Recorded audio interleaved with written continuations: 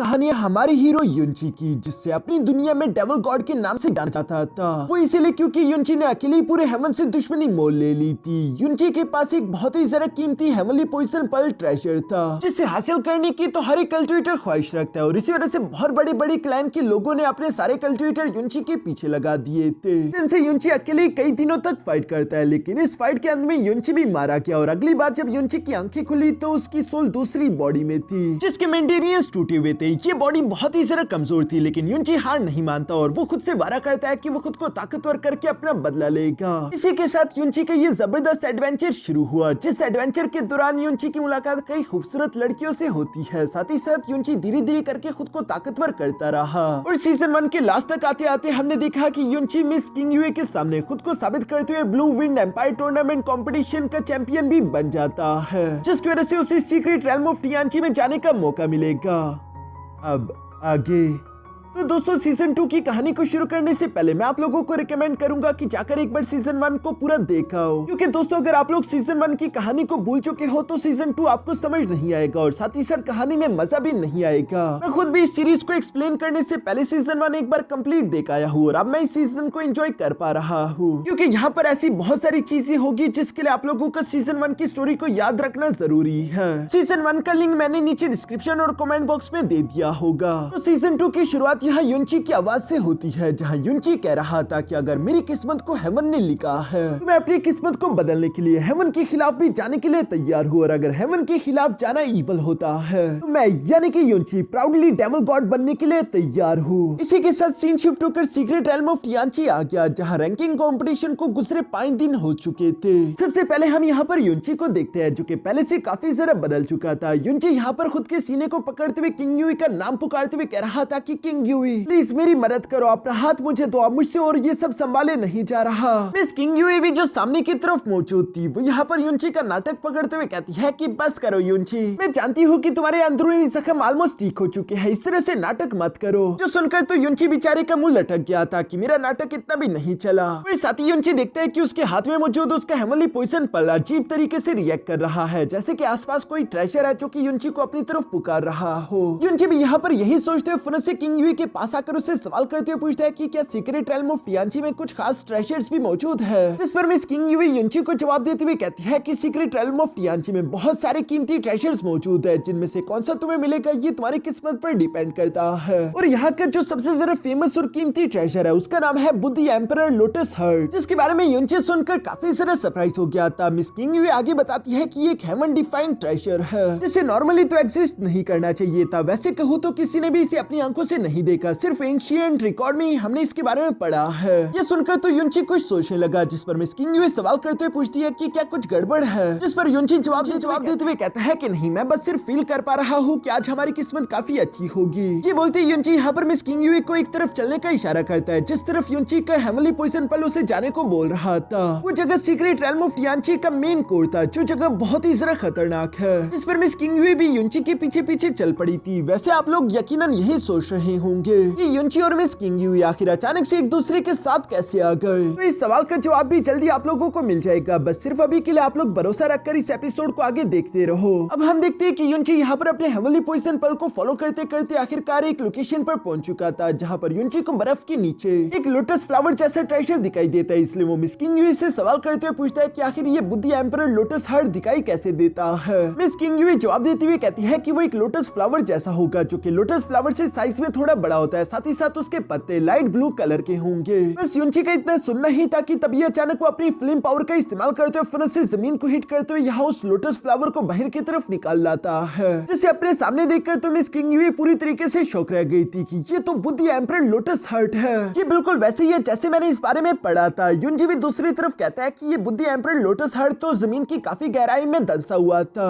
अगर मेरे पास मेरा हेवनली पोजीशन पर्ल ना होता तो मैं इसे कभी भी ढूंढ नहीं सकता था। यही तो वजह कि आज तक कि ये ट्रेजर कभी किसी और को मिला नहीं। यूनची ये सब कहते हुए अभी उस लोटस ट्रेजर को पकड़ने वाला था कि तभी अचानक वहाँ पर एक बीस्ट डीप स्लीप से जाग जाता है, जिसकी वजह से आसपास का मौसम बदलने लगा। यूनची और मिस किंगयुई भी सावधान हो जाते हैं। तभी अचानक हम देखते हैं कि एक बहुत ही सारा खतरनाक बीस्ट यहाँ पर बर्फ को छींटते हुए निकलकर बाहर आ जाता है। ये मिस्टिक प्रोफाउंड रेल्म का एक बीस्ट था जिसे टियांची बीस्ट के नाम से जाना जाता है। यूनची भी उसे देखते ही फौरन से अपने लॉन्ग क्यू सोर्ड को बाहर की तरफ निकाल चुका, क्योंकि यूनची को ब्लू ड्रैगन गॉड केव के अंदर मिली थी। ये सोर्ड बहुत ही ज्यादा ताकतवर है, जिसका इस्तेमाल करते हुए यूनची यहाँ पर खुद को और मिस किंगयुई को प्रोटेक्ट करने लगा। साथ ही सर वो इसका इस्तेमाल करते हुए तीसी के सर आगे की तरफ बढ़ते हुए टियांची बीस्ट पर हमला करना शुरू कर देता है। लेकिन वो बीस्ट बहुत ही ज्यादा खतरनाक था। यूनची भी उसके सामने टिक नहीं पा रहा, इसलिए मिस किंगयुई यूनची से कहती है कि वो स्काई प्रोफाउंड रेल्म का बीस्ट है, भागो यहाँ से, तुम उसका मुकाबला नहीं कर सकते। जो सुनकर यूनची बिल्कुल ऐसे ही करते हुए अपनी तलवार को अंदर की तरफ रखकर किंगयुई का हाथ पकड़ते वहां से भागने की कोशिश करने लगा। मगर ये टियांची बीस्ट इन दोनों को जिंदा छोड़ने के इरादे में नहीं था, इसलिए हम देखते हैं कि वो अपने पंचे का इस्तेमाल करते हुए यहाँ यूनची पर हमला कर देता है। यूनची मिस किंगयुई को आगे की तरफ थ्रो करते हुए खुद अपनी ताकत का इस्तेमाल करते उस पंजे को ब्लॉक करने की कोशिश करने लगा। लेकिन ऑफ कोर्स वो अभी इतना ज्यादा ताकतवर नहीं हुआ, इसलिए उसे ये करने में काफी ज्यादा डिफिकल्टी आ रही थी। तभी मिस किंगयुई दूसरी तरफ अपने मैजिकल रिबन का इस्तेमाल करते हुए यूनची को फौरन से जकड़कर अपनी तरफ खींच लेती है। और चूंकि मिस किंगयुई ने यूनची की जान बचाई थी, इसलिए टियांची बीस्ट गुस्सा होकर यहाँ मिस किंगयुई पर ही हमला कर देता है, जहाँ वो अपने पैर के नीचे उसे दफना देना चाहता था। मिस किंगयुई भी ये देखकर wall of ice cloud technique का इस्तेमाल करते उसके अटैक को ब्लॉक करने लगी। और जैसा कि एक्सपेक्टेड था, इतने पावरफुल बीस्ट के सामने ये शील्ड ज्यादा देर नहीं टिक पाती। अचानक से ये शील्ड चकनाचूर हो गई। मिस किंगयुई तो इंजर्ड होने वाली थी, लेकिन यूनची फन से सामने की तरफ जंप करते हुए मिस किंगयुई को पकड़ लेता है, जिसे पकड़ते साथ ही यूनची फन से star God shadow dance technique activate कर लेता और वो इसका इस्तेमाल करते हुए तीसी के साथ वहां से आगे की तरफ भागने लगा, जहाँ टियांची बीस्ट भी इनके पीछे पड़ा हुआ था। यूनची भागते भागते कहता है कि मैंने सोचा नहीं था कि इस ट्रेजर को एक स्काई प्रोफाउंड रेल्म का बीस्ट डिफेंड कर रहा होगा। जिस पर मिस किंगयुई एक्सप्लेन करते हुए बताती है कि असल में बुद्धि एम्परर लोटस हार्ट ट्रेजर बहुत ही जरा कीमती ट्रेजर है, जिसके बारे में मुझे मेरे मास्टर ने कहा था कि अगर किसी के पास जरा सी भी मिस्टिक पावर ना हो तब भी वो इस ट्रेजर का इस्तेमाल करते हुए आसानी के साथ अर्थ प्रोफाउंड स्टेज तक पहुंच जाएगा। जबकि यूनची तो अभी तक ट्रू प्रोफाउंड स्टेज का कल्टिवेटर है, उसने अभी तक स्पिरिट प्रोफाउंड रेल्म में भी इंटर नहीं किया था, जबकि अर्थ प्रोफाउंड स्टेज तो काफी दूर की बात है। अब यूनची को समझ आ गया कि क्यों ये टियांची बीस्ट अपनी जान लगाकर भी इस ट्रेजर को प्रोटेक्ट कर रहा है।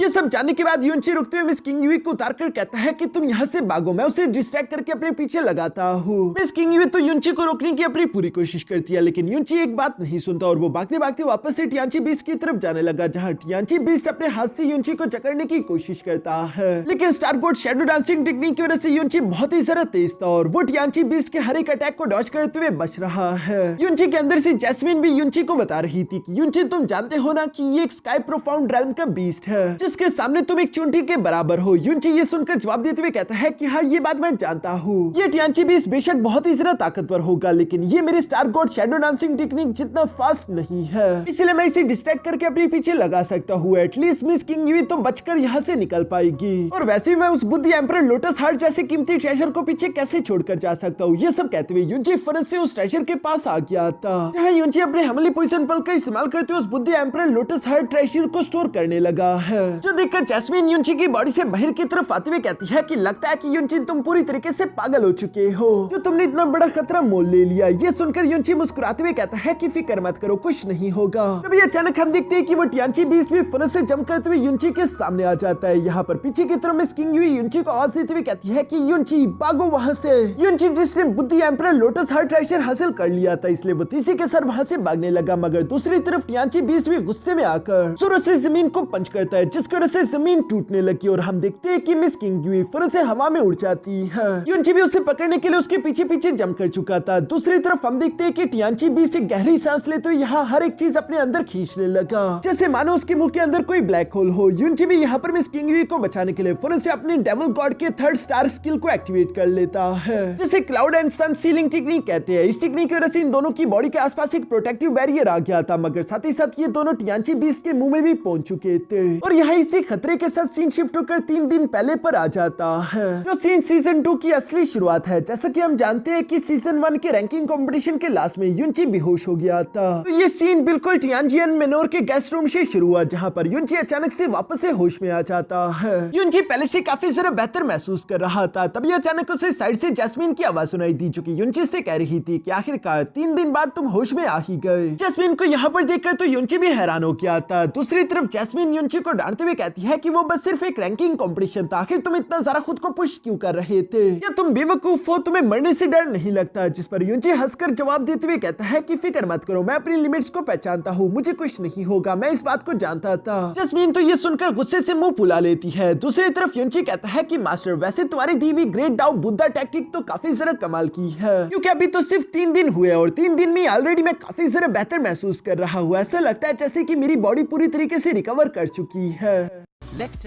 जिस पर जैस्मीन युनची पर हंसते हुए कहती है कि बेवकूफ, तुम्हें क्या सच में लगता है कि ग्रेट दाओ बुड्ढा टैक्टिक के सेकंड रैंक पर होने से तुम इतनी जल्दी रिकवर कर लोगे? जो सुनकर तो युनची भी हैरान हो गया था और वो जैस्मीन से सवाल करते हुए पूछता है कि अगर ये ग्रेट दाओ बुड्ढा टैक्टिक नहीं था तो आखिर मैं इतनी जल्दी रिकवर कैसे हो चुका हूँ? जिस पर जैस्मीन युनची के पास आते हुए कहती है, एक लड़की है जो तुम्हें हील करने का काम कर रही है, वो हर रात तुम्हारे पास आती है और वो बहुत सारी मिस्टिक पावर का इस्तेमाल करके तुम्हें हील करने की कोशिश करती है, वरना तुम इतनी जल्दी रिकवर नहीं कर सकते थे। ये सुनकर युनची अभी उस लड़की का नाम वाला था कि तभी अचानक जैस्मीन वहां से चली जाती है क्योंकि कोई वहां पर आ रहा था। युनची भी ये देखकर फर्स्ट से बेहोश होने की एक्टिंग करने लगा और हमें देखने को मिलता है कि असल में वो लड़की कोई और नहीं बल्कि लिटिल फेरी थी, जिसका ओरिजिनल नाम मिस चू यूचेन है और वो मिस किंग यूवी की सीनियर है, जो कि दिखाती तो नहीं लेकिन इसे भी युनची से प्यार हो चुका है। यहाँ पर हम देखते हैं कि लिटिल फेरी युनची के पास आकर बैठ गई थी, जहाँ वो अपनी मिस्टिक पावर को युनची की बॉडी के अंदर ट्रांसफर करने लगी। युनची छुपके छुपाते ये देख रहा था। अंदर से जैस्मीन युनची से कहती है कि ये लड़की भी काफी जरा अजीब है, वैसे तो सबके सामने ये इतना सारा कोल्ड बनने की कोशिश करती है, जबकि अकेले में ये तुम्हारे पास हर दिन आकर अपनी इतनी सारा मिस्टिक पावर को जाया करते हुए तुम्हें हील कर रही है। लगता है कि किसी ने सच्ची कहा कि लड़कियों को नहीं समझा जा सकता। ये सुनकर युनची जवाब देते हुए कहता है कि जैस्मीन, अभी तुम बच्ची हो, एक बार जब तुम बड़ी हो जाओ तो तुम्हें खुद ही समझ आ जाएगा कि लिटिल फेरी ये सब क्यों कर रही है, उसका मेरा क्या ताल्लुक है। ये सब कहते हुए युनची फन से होश में आकर लिटिल फेरी से सवाल करते हुए कहता है कि क्या तुम्हें मेरी फिक्र हो रही थी? मैं जानता हूँ कि तुम मेरी फिक्र करती हो। जिस पर लिटिल फेरी शॉक होते हुए खड़ी होकर कहती है कि नहीं नहीं, ऐसी कोई बात नहीं, तुम कुछ ज्यादा ही सोच रहे हो।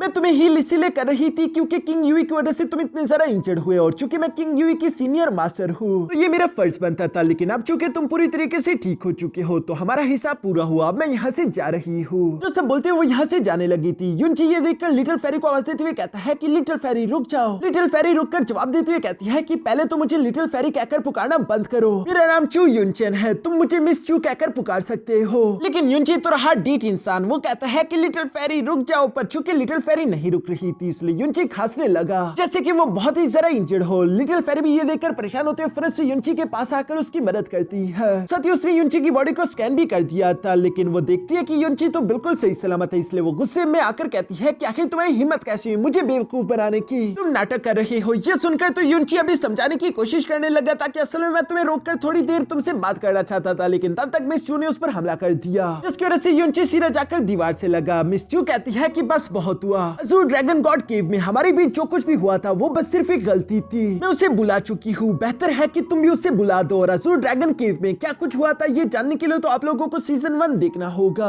जो सब बोलते हुए लिटिल फेरी वहाँ से जाने लगी थी। युनची उसे रोकते हुए कहता है लेकिन आखिर तुम ऐसा कैसे कह सकती हो, मैं वो सब कैसे बुला सकता हूँ। जिस पर मिस चू गुस्से के साथ अपनी पावर्स अनलीश करते हुए कहती है कि इसी में तुम्हारी भलाई होगी कि तुम हमारे बारे में सारे ख्यालात अपने दिमाग से निकाल दो और ये हमारी आखिरी मुलाकात है, इसके बाद हम दोनों कभी दोबारा एक दूसरे से नहीं मिलेंगे। जो सब बोलते हुए लिटिल फेरी धीरे धीरे करके वहाँ से गायब हो गई। युनची उसे रोकने के लिए दरवाजा खोलकर बाहर की तरफ जाने वाला था, पर तभी अचानक उसके सामने ज़ूरोन आ जाती है जो कि युनची के लिए खाना लेकर आई थी और वो युनची को होश में आता हुआ देखकर खुश होते हुए कहती है कि युनची आखिरकार तुम जाग गए, ये तो काफी जरा अच्छा हो गया। जो सब बोलते हुए वो फौरन से कमरे के अंदर आ जाती है। दूसरी तरफ युनची देखता है कि मिस चू जा चुकी थी, पीछे की तरफ सिर्फ प्रिंसेस ज़ूरोन ही बची है जो कि युनची के लिए फिक्र दिखा रही थी। युनची उससे माफी मांगते हुए कहता है कि मुझे माफ कर देना, मैंने बिला वजह तुम्हें परेशान कर दिया था, मैं बहुत बड़ा बेवकूफ हूँ। ये सुनकर प्रिंसेस ज़ूरोन युनची के होंठों पर उंगली रखते हुए कहती है कि ऐसी बात मत कहो, तुमने रैंकिंग कंपटीशन की फर्स्ट पोजीशन हासिल की है सिर्फ मेरे एम्पायर के लिए, मैं तुम्हारा ये एहसान नहीं भूल सकती, लेकिन अब तुम बहुत सारे लोगों के निशाने पर आ चुके हो, स्पेशली स्काई बर्निंग सेक्ट के निशाने पर। मैंने तो सुना है कि वो टियांची रैल में तुम्हें मारने का प्लान बना रहे हैं। इस पर युनची मुस्कुराकर जवाब देते हुए कहता है कि तुम जरा फिक्र मत करो, उन्हें मैं देख लूंगा, अभी के लिए बस सिर्फ तुम इतना करना कि किसी को बताना मत कि मैं होश में आ चुका हूँ। इस पर प्रिंसेस ज़ूरोन हमें जवाब देती है। साथ ही सर वो युनची से कहती है कि चलो आप जल्दी से ये सूप पी लो इससे पहले कि सूप ठंडा हो जाए। युनची भी उस सूप को पी रहा था जो सूप बहुत ही जरा कड़वा था। ये सारी आवाजें बाहर की तरफ लिटिल फेरी भी सुन रही थी, जैसे अंदर ही अंदर युनची से दूर होने पर बुरा भी लग रहा है। तभी अचानक हम देखते हैं कि वहाँ पर टियांजियांग मेनोर के लीडर आ गए, जिनका नाम लिंग यूफेंग था और वो भी मन ही मन में लिटिल फेरी को प्यार करते थे। वो यहाँ पर लिटिल फेरी से बात करने की कोशिश करना चाहता था क्योंकि वो है ही इतनी जरा खूबसूरत, लेकिन लिटिल फेरी गुस्से के साथ उससे कहती है कि लॉर्ड लिन, बेहतर होगा कि आप अपनी हद में रहे। जो सब कहते हुए लिटिल फेरी वहां से चली जाती है। दूसरी तरफ हम देखते हैं कि मास्टर लिंग की वाइफ ने भी चुपके से ये सब देख लिया था और उससे मास्टर लिंग और साथ ही साथ लिटिल फेरी दोनों पर ही काफी जरा गुस्सा आ रहा था। इसके बाद नेक्स्ट सीन में हमें 2 दिन बाद मॉर्निंग का सीन दिखाया जाता है। ये वही सीन था जहाँ रैंकिंग कंपटीशन के टॉप 10 सेट को सीक्रेट रेल्म ऑफ टियांची में जाने का मौका दिया जाएगा, जिसके एंट्रेंस को ओपन करते हुए मास्टर लिंग बता रहे थे कि सीक्रेट रेल्म ऑफ टियांची के अंदर बहुत सारे कीमती ट्रेजर्स मौजूद है, पर साथ ही साथ वहाँ पर जितने बड़े ट्रेजर है उतनी ही ज्यादा बड़े खतरे भी मौजूद है। इसलिए सोच समझकर इस गेट की दूसरी तरफ जाना, क्योंकि अगर वहाँ पर आपकी जान खतरे में आ गई तो मुझे लगता है कि हम आपको वक्त पर बचाने के लिए नहीं आ पाएंगे। यहाँ जब मास्टर लिंग ये सब बता रहे थे तभी अचानक हम वहाँ पर स्काई बर्निंग सेक्ट के फेंग जियो चेन और फेंग जियो बाई को भी देखते हैं, जहाँ Feng Xiao by Feng Xiao chain से कह रहा था कि मैं कहीं पर भी युनची को नहीं देख पा रहा, लगता है कि वो सीक्रेट रेल्म ऑफ टियांची में नहीं आने वाला। जिस पर फेंग जियो चेन जवाब देते हुए कहता है कि लास्ट फाइट में वो मरते मरते बचा है, इस तरह की कंडीशन में तो वो वैसे भी नहीं आ सकता था, लेकिन फिक्र मत करो, एक बार हम ट्रेजर हंटिंग से वापस आ जाए उसके बाद हम खुद उसे अपने हाथों से जान से मार डालेंगे। यहाँ पर ये लोग इसी तरह की बातें कर रहे थे। तभी दूसरी तरफ मास्टर लिंग भी कहता है कि सीक्रेट रेल्म ऑफ टियांची में एंट्रेंस का समय आ गया, सबसे पहले चैंगफेंग एकेडमी अंदर जाएगी, जहाँ पर हम देखते हैं कि चैंगफेंग एकेडमी से तो लॉर्ड किन अकेले सामने की तरफ आ रहे थे। ये देखकर सब लोग आपस में बातें करने लगे कि आखिर युनची कहाँ पर है, क्या वो नहीं आने वाला, उसकी हालत इतनी जरा खराब है, ये तो once in a lifetime opportunity है जो कि वो मिस कर देगा। सब लोग इसी तरह की बातें कर रहे थे कि तभी अचानक पीछे से एक आवाज सुनाई देती है जो कि कह रहा था कि लॉर्ड किन प्लीज मेरा इंतजार करे, और ये असल में कोई और नहीं बल्कि युनची था जो कि समय रहते हुए यहाँ पर पहुंच चुका है। युनची को यहाँ पर देखकर तो फेंग जियो चेन और फेंग जियो बाई को काफी जरा गुस्सा आ रहा था। दूसरी तरफ जी यहाँ पर युनची को देखकर कहता है कि बॉस आखिरकार तुम आ गए। युनची भी दूसरी तरफ काफी जरा खुश था। वो देखता है कि मिस किंग यूई भी यहाँ पर मौजूद है। वो चलते चलते फौरन से यहाँ मास्टर लिंग के पास आ गया था, जहाँ आते वो कह रहा था कि लगता है कि मैं सही समय पर पहुंचा हूँ। लॉर्ड किन तो यहाँ युनची को अपने सामने देखकर अपनी आंखों पर यकीन ही नहीं कर पा रहे थे कि युनची तुम इतनी जल्दी रिकवर करके यहाँ पर कैसे आ गए। इस पर युनची जवाब देते हुए कहता है कि वो बस छोटी मोटी इंजरी सी तो है, आखिर मैं उससे इस तरह की once in a lifetime opportunity को कैसे मिस कर सकता हूँ। जो कहते युनची अचानक से अपने मुंह को पकड़कर जोर जोर से खांसने लगा। ये देखकर तो सब लोग हैरान थे, क्योंकि फेंग जियो चेन और फेंग जियो बाई ये देखकर खुश थे। उन्हें लग रहा था कि युनची अभी भी जख्मी है, जो कि उनके लिए ही बेहतर है, वो युनची को और जरा आसानी के साथ मार पाएंगे। दूसरी तरफ लॉर्ड किन भी यहाँ पर युनची को संभालते हुए कहता है कि युनची अभी तक तुम पूरी तरीके से ठीक नहीं हुए, क्या तुम वाकई में श्योर हो कि तुम अंदर जाना चाहते हो। जिस पर युनची हमें जवाब देता है और इसी के साथ हम देखते हैं कि मास्टर लिंग यूफेंग ने एक फॉर्मेशन का इस्तेमाल करते हुए सबसे पहले लॉर्ड किन और युनची को यहाँ सीक्रेट रेल्म ऑफ टियांची में भेज दिया था। जिन्हें जाते हुए देखकर फेंग जियो चेन अपने पीछे मौजूद एक आदमी की तरफ देखता है जिसका नाम मू टियान बाई है, जो कि heavenly spear thunder fight set से बिलोंग करता था, और वो भी फेंग जियो चेन और जियो बाई के साथ मिलकर युनची को जान से मारने की प्लानिंग कर रहा है। इसके बाद नेक्स्ट सीन में हम देखते हैं कि युनची और लॉर्ड किन दोनों सीक्रेट रेल्म ऑफ टियांची के अंदर आ चुके थे। इनके बाद बाकी के भी टॉप 10 सेट वाले बारी बारी करके सीक्रेट रेल्म ऑफ टियांची के अंदर आने लगे, जैसे कि टियानजियांग मेनोर जिनमें लिंग जे और लिंग युन थे, sky burning sect, heavenly thunder fight sect, ice cloud sect. हम देखते हैं कि आइस क्लाउड इमोर्टल पैलेस से यहाँ पर टोटल 5 लड़कियां आई हुई है, जिनमें सबसे ज्यादा सीनियर तो लिटिल फेरी थी और उसके साथ एक लड़की है जिसका नाम मिस चू यूली है, और आखिर में हमारी प्यारी दुलारी मिस किंग यूवी, जिसके अलावा 2 और मामूली लड़कियां भी थी।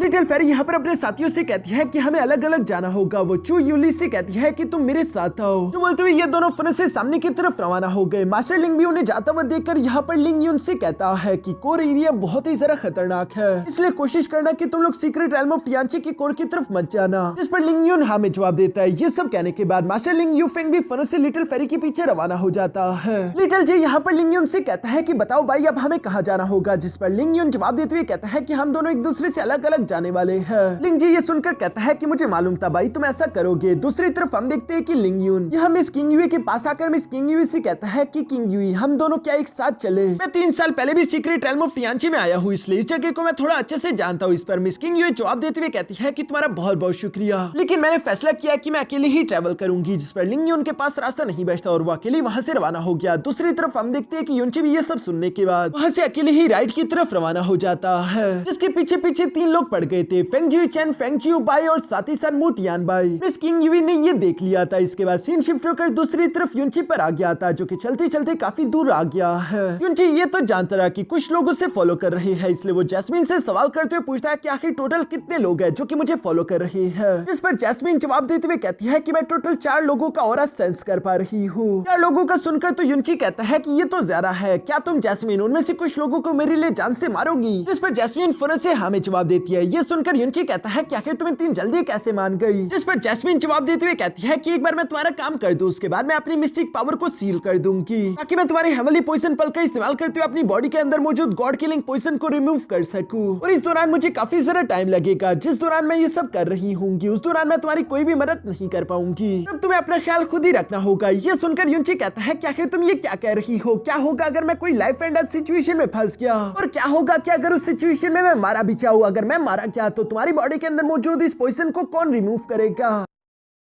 ये सुनकर तो जैस्मिन सरकाज़म करते हुए कहती है कि रिमूव बेवकूफ, जब भी मैं तुम्हारी मदद करती हूँ तब गॉड किलिंग पोइजन मुझे बैकलैश करता है। इससे बेहतर तो यही है कि मैं कुछ ना करूँ और तुम्हारे साथ साथ मैं भी मारी जाऊँ। एटलीस्ट ये सारा ड्रामा तो खत्म होगा। जो सब सुनकर युनची एक लंबी सांस लेते हुए कहता है कि अच्छा ठीक है, मुझे तुम्हारी बात मंजूर है। युनची अभी ये कह ही रहा था कि तभी अचानक युनची के सामने फेंगजी चेन और फेंगजी बाई आ गए, जिन्हें अपने सामने देखकर तो युनची बच्चा बनते हुए कहता है कि वाह क्या किस्मत है, मेरे सामने फेंगजी चेन और फेंगजी बाई आ गए। अब मुझे सीक्रेट रैन ऑफ टियांची में अकेले नहीं घूमना होगा। क्या तुम दोनों मेरे साथ ट्रैवल करोगे? जिस पर फेंगजी चेन जवाब देते हुए कहता है कि इसकी कोई जरूरत नहीं पड़ेगी क्योंकि वैसे भी हम दोनों तुम्हें कहीं पर बेचने वाले हैं। युनची सवाल करते हुए पूछता है कि आखिर कहां पर? अभी तक तो मैंने पैकिंग भी नहीं की। जिस पर फेंगजी चेन फुरे से अपनी तलवार निकालकर युनची पर हमला करते हुए कहता है कि जहन्नम में। और इसी के साथ यहाँ युनची ने भी अपनी तलवार निकाल ली थी। इन दोनों के दरमियान जबरदस्त फाइट शुरू हो जाती है। युनची उसके सर फाइट करते उससे खुद से दूर करके कहता है कि फेंगजी चेन, लगता है कि हमारे बीच कोई मिसअंडरस्टैंडिंग हो चुकी है। आखिर तुम मुझ पर हमला क्यों कर रहे हो?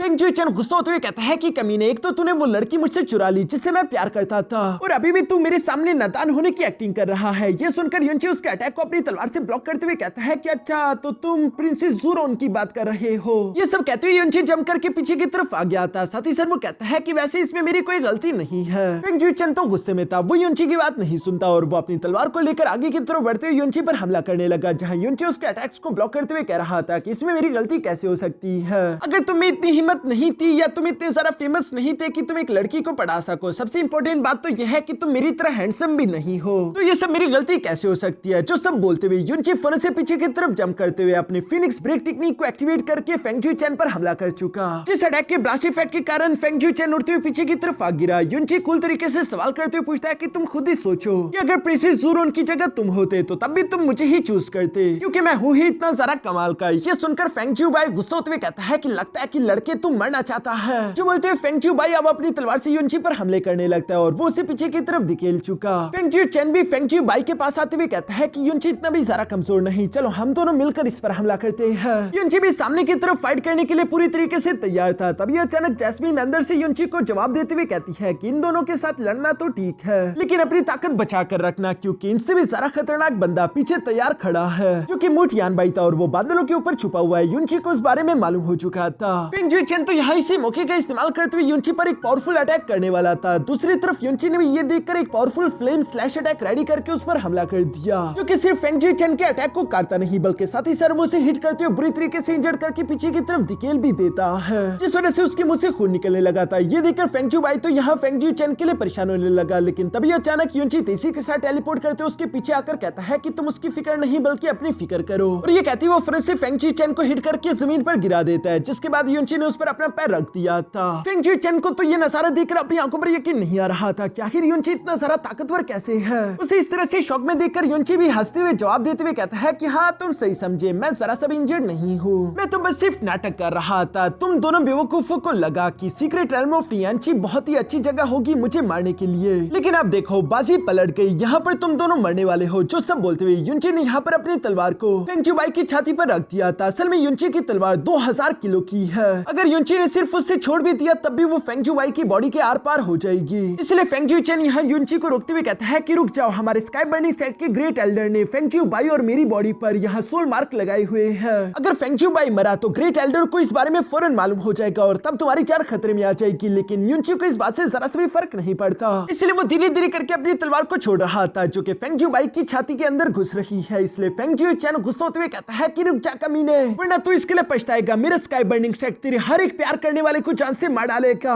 वो तुम्हारी ऐसी हालत करेंगे कि तुम खुद मौत की भीख मांगोगे। जो सुनकर युनची मुस्कुराते हुए कहता है कि क्या तुम्हें वाकई में लगता है कि मुझे तुम्हारे सेट से डर लगता है। फेंगजू बाई तो अपनी छाती के अंदर मौजूद तलवार की वजह से दर्द से चिल्ला रहा था। दूसरी तरफ फेंगजू चन ये सब देखते हुए गुस्से के साथ चिल्लाकर कहता है कि मू टियानबाई, आखिर तू इंतजार किस चीज का कर रहा है, फौरन से हमला कर। ये सुनती अचानक से हवा में एक बड़ा सा स्पीयर अटैक जनरेट हो गया जो कि युनची पर हमला करने के लिए तीसी से नीचे की तरफ आने लगा। लेकिन युनची भी तैयार था और वो हंसते हुए कहता है कि आखिरकार तुम सामने आ ही गए। ये कहते ही युनची फौरन से सामने की तरफ से हटते हुए यहाँ जमीन को हिट करते हुए फेंगजू बाई को उछालकर उस स्पीयर अटैक के सामने ले आता है। इस वजह से मू टियानबाई का वो स्पीयर अटैक यहाँ फेंगजू बाई की बॉडी के आर पार गुजर गया और वो फौरन वहीं पर जान से मारा गया। इसी वजह से स्काई बर्निंग सेट के ग्रेट एल्डर फैन मोली को ये मालूम हो जाता है कि मू टियानबाई ने फेंगजू बाई को जान से मार डाला है, जिस वजह से उसे काफी ज्यादा गुस्सा रहा था। दूसरी तरफ मू टियानबाई ये चाहता तो नहीं था, लेकिन युनची की चालाकी की वजह से उसके हाथों से ये हो गया। युनची तो दूसरी तरफ ये देखकर कहता है कि ये कितना इमोशनल सीन है। मू टियानबाई, आप तो मेरे हीरो हो, क्योंकि आप इस तरह की क्रिटिकल सिचुएशन में मेरी मदद करने के लिए आ गए। आपने अपने स्पीयर का इस्तेमाल करते हुए फेंगजू बाई को जान से मार डाला ताकि आप मेरी मदद कर सको। आप वाकई में महान हो। मू टियानबाई को तो ये सब सुनकर बहुत ही ज्यादा गुस्सा रहा था। दूसरी तरफ युनची उस पर हंसते हुए कहता है कि अब तक तो फेंग मोली को भी इस बारे में मालूम हो चुका होगा और वो गुस्से से पागल हो रहे होंगे। ये सब कहते हुए युनची उसका मजाक उड़ाकर हंस रहा था, जिस पर टियानबाई कहता है कि एक बार मौत तेरे सामने आ जाए फिर मैं भी देखूंगा कि मौत के सामने तुम कैसे हंसते हो।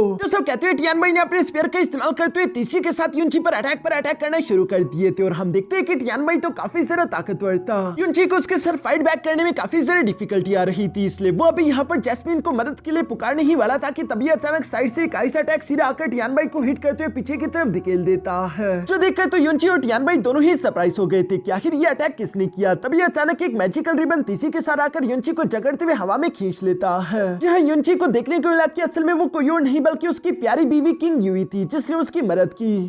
युनची को तो ये देखकर अपनी आंखों पर यकीन नहीं आ रहा था। वो खुश होते हुए कहता है तो किंग यूई, वो आखिरी इंसान तुम थी। मैं भी सोच रहा था कि आखिर मुझे फॉलो करने वाला चौथा इंसान कहाँ पर गया। दूसरी तरफ किंग यूई युनची से कहती है कि बकवास बंद करो और यहाँ से भागो। जो सब बोलते हुए किंग यूई युनची को वहाँ से दूर लेकर जाने लगी थी। दूसरी तरफ फेंगजू चन यहाँ टियानबाई से सवाल करते हुए पूछता है कि आखिर तुम उन्हें फॉलो क्यों नहीं कर रहे, जिस पर टियानबाई जवाब देते हुए कहता है कि अब उन्हें फॉलो करने का क्या फायदा, अगर अब मैंने युनची को जान से मार डाला तो किंग यूई बाहर जाकर सबको इस बारे में बता देगी और फिर मेरे लिए मुश्किल आ जाएगी। ये सुनकर फेंगजू चन कहता है फिर किंग यूई को भी जान से मार डालो, जिस पर टियानबाई कहता है कि क्या तुम पागल हो चुके हो। Qing Yue ice cloud immortal palace की बहुत ही खास डिसाइपल है, अगर मैंने उससे जान से मार डाला तो 4 ग्रेड सेट से मेरी दुश्मनी हो जाएगी और फिर तो मैं नहीं बचूंगा। इस पर फेंगजू चन उससे ब्लैकमेल करते हुए कहता है कि तुमने फेंगजू बाई को जान से मार डाला है, अगर तुमने युनची की जान यहाँ पर नहीं ली तो वैसे भी बाहर स्काई बर्निंग सेट के ग्रेट एल्डर तुम्हें नहीं छोड़ेंगे और मैं उन्हें कुछ भी एक्सप्लेन नहीं करूंगा। जो सब सुनकर टियानबाई भी गुस्सा होते हुए कहता है कि तुम बहुत बड़े कमीने हो, मुझे तुम्हारे साथ हाथ मिलाना ही नहीं चाहिए था। पर अब चूंकि वो ब्लैकमेल हो चुका है इसलिए हम देखते हैं कि वो एक बार फिर से अपने स्पीयर को लेकर तीसरी से किंग यूई और युनची के पीछे हाथ धोकर पड़ने लगा,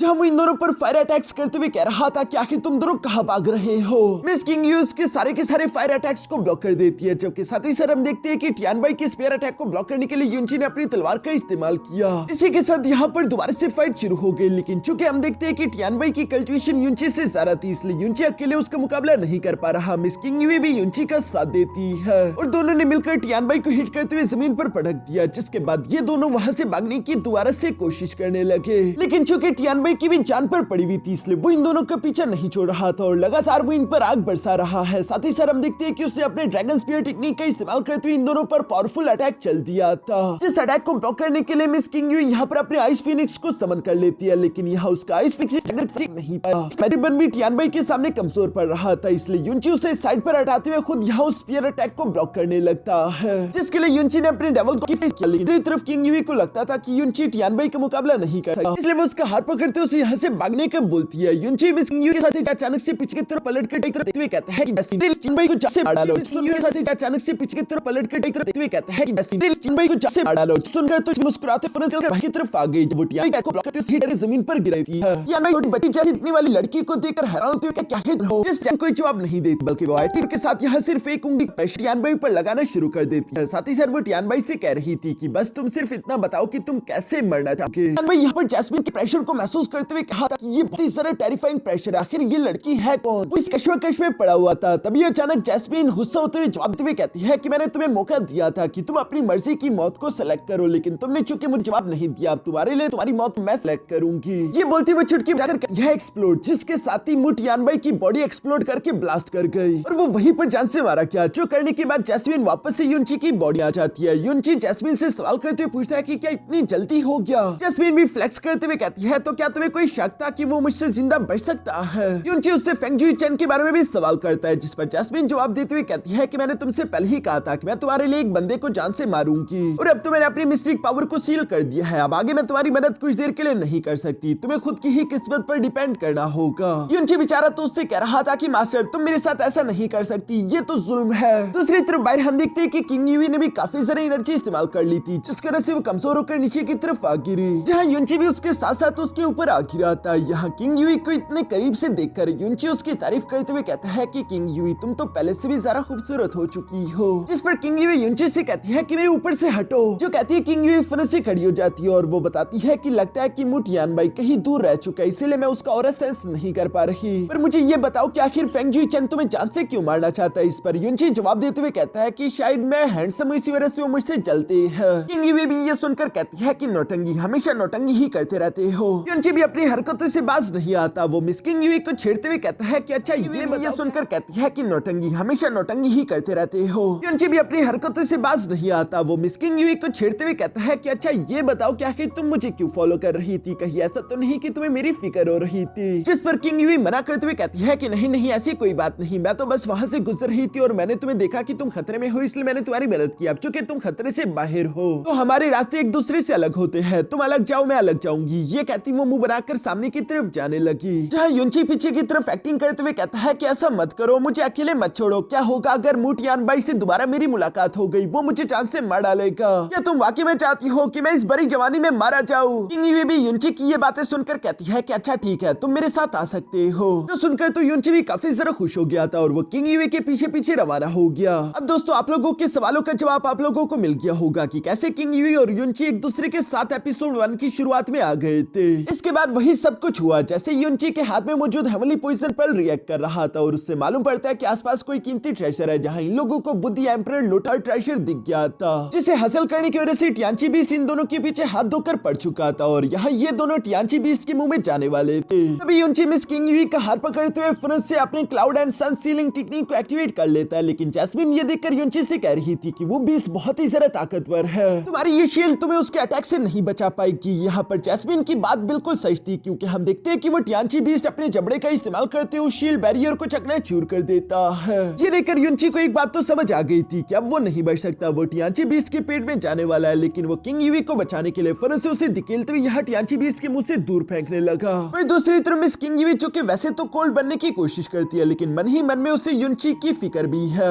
इसलिए वो युनची को नहीं छोड़ती, बल्कि वो भी युनची के पीछे यहाँ टियानची बीस्ट के मुंह की तरफ फिर से बढ़ गई। जिसके बाद नेक्स्ट सीन में हम देखते हैं कि ये दोनों ही टियानची बीस्ट के पेट में पहुंच चुके थे, जहाँ का इन्वायरमेंट बहुत ही ज्यादा कोल्ड था, क्योंकि वो टियानची बीस्ट आइस से बना हुआ है। मिस किंग यूई भी आइस पावर का इस्तेमाल करती थी, इसलिए मिस किंग यूई को यहाँ ज्यादा फर्क नहीं पड़ रहा था। फिर दूसरी तरफ वो देखती है कि युनची की हालत बहुत ही ज्यादा खराब थी, उसकी बॉडी धीरे धीरे करके फ्रीज होने लगी है। जिस इस हालत में देखकर मिस किंग यूई ने अपनी आइस मिस्टिक एनर्जी यहाँ युनची की बॉडी में ट्रांसफर करना शुरू कर दी थी, जिस वजह से धीरे धीरे करके युनची भी होश में आ गया। पर अभी भी युनची अपनी बॉडी को मूव नहीं कर पा रहा था। वो मिस किंग यूई को ये सब करता हुआ देखकर कहता है कि किंग यूई ऐसा मत करो, अपनी मिस्टिक एनर्जी जाया मत करो, मैं अब कुछ भी फील नहीं कर पा रहा। मिस किंग यूई जवाब देते हुए कहती है कि हाँ इसी वजह से तो मैं अपनी आइस मिस्टिक एनर्जी तुम्हारी बॉडी के अंदर डाल रही हूँ, ताकि मैं तुम्हारे दिल और तुम्हारे मेंटेरियस को प्रोटेक्ट कर सकूं। युनची मिस किंग यूई का हाथ पकड़कर उसे रोकते हुए कहता है कि मैं वैसे भी मरने वाला हूँ, तुम अपनी मिस्टिक पावर मुझ पर जाया मत करो, तुम्हारे पास अभी भी यहाँ से जिंदा निकलने का मौका है, क्योंकि तुम आइस मिस्टिक एनर्जी का इस्तेमाल करती हो, इसलिए मुझे छोड़ो, मेरी फिक्र मत करो और जाओ यहाँ से। ये सब कहते हुए युनची की बॉडी काफी तेजी के साथ फ्रीज हो रही थी, जिस पर किंग यूई कहती है कि ऐसा मत कहो, तुम यहाँ पर नहीं मरोगे, अगर यहाँ से निकल रही है तो हम दोनों एक साथ निकलेंगे। जो सब कहते हुए किंग यूई इमोशनल हो रही थी। युनची उससे कहता है कि जब हम दोनों की शादी हुई थी तब हमने कसम खाई थी कि लाइफ एंड डेथ सिचुएशन में भी हम हमेशा एक दूसरे का साथ देंगे, पर मैं नहीं चाहता कि उस वादे को तुम अभी याद करो। अगर हम लोगों को इसके बाद दूसरा कोई जन्म मिला तो मैं वादा करता हूँ कि मैं तुम्हारा साथ नहीं छोड़ूंगा, लेकिन अभी के लिए वो सब भूल जाओ और अपनी जान बचाओ। युनची की ये बातें सुनकर किंग यूई की आंखें आंसुओं से भर आई थी। दूसरी तरफ युनची भी मरने से पहले अपनी aunt, grandfather, jasmine, little fairy, ज़ूरोन सबको याद करता है। साथ ही साथ वो कहता है कि मुझे माफ कर देना। इसी के साथ धीरे धीरे करके युनची की बॉडी एक बार फिर से फ्रीज हो गई थी और वो धीरे धीरे करके डीप स्लीप में चला गया।